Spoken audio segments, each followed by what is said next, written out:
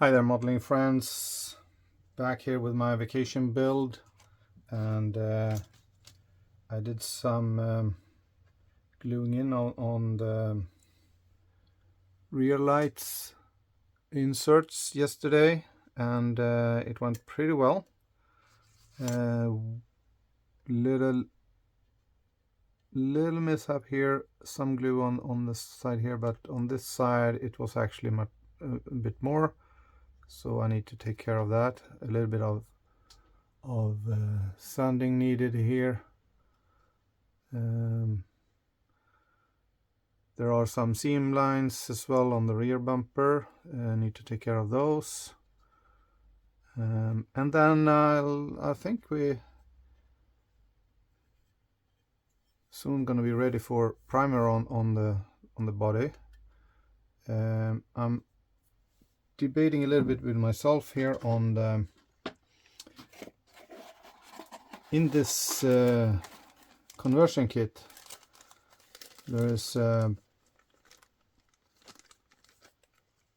clear parts for the side indicator lamps, and I need to look into that to see if it's feasible and good to change those. That is needed now in that case. And then I have some sanding to do in the front here. Needed to add some putty after the surgery on the front so that we can get this nice looking front on here. It's gonna look good. I think this is gonna be really nice when it's done, so gonna get on with that. These will look good if it turns out good.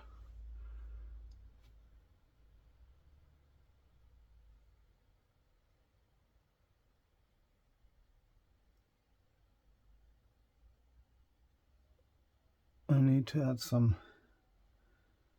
black on top and bottom because they're not fully, they have a plastic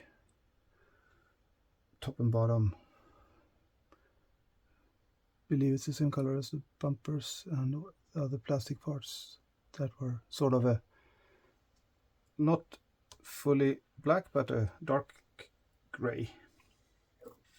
While waiting for that to dry, I will see if I can sort out the details on the chassis.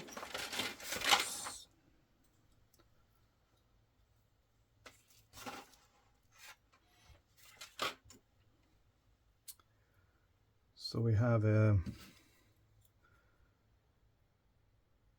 one big part here with the exhaust pipe, muffler and so on. And let's get that out to see how that works. Of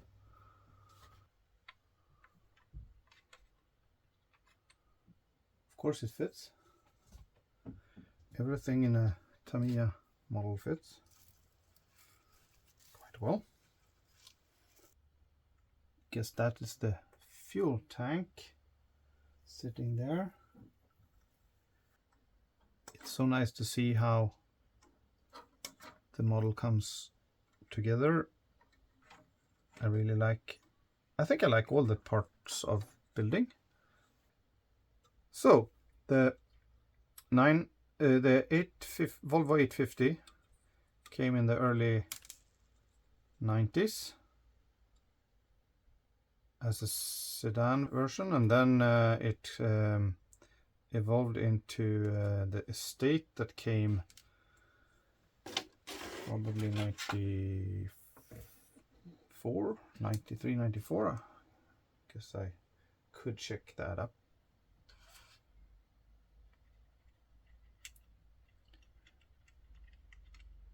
And then Volvo decided in 94, I guess the 850 estate probably was released in 93, and then in 94 they made a version, they published or they made public the making a really souped up version with a T-5R, which had a slightly increase in horsepower, special color, cream yellow, and a limited edition. I believe the yellow was built in 2500, and they built the black as well, which was also built in about 2500, I guess. So nice little test fitting on all the parts on the chassis to see how it goes together and what I should pay attention to. Assembly sequence will be, of course, be important. That is quite obvious here. A lot of detail painting will be needed prior to assembly, and I think that I will actually go for a body color on the underside as well, as it's in per the instructions, even though most of these would probably have some undercoat, some body treatment on the chassis side, this black gooey stuff that you put on for rust protection. But I'm thinking this is gonna be a showpiece, and by that I think it makes sense. It's a quite nice representation of this car.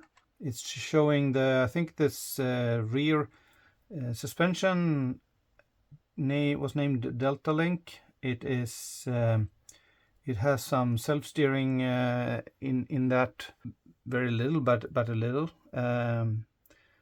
It was quite revolutionary for Volvo coming with this with the 850. It was the first front-wheel drive car. It was a newly developed engine platform as well, with a 5-cylinder inline transversal mounted. On this one, it's you only see the oil pan and the drive axles. As it's being a curbside model, it doesn't have the full engine, and I'm not gonna go into that for this one. So that's, I think, is concluding where I am right now, and I will continue building, enjoying my vacation and having a good time at the build table. And I will post some more in the coming days here as well. For all you out there, try to find some time at the modeling bench. It's rewarding and relaxing, and it is definitely good for your health. Be safe out there, take care, and see you later. Thank you, and goodbye.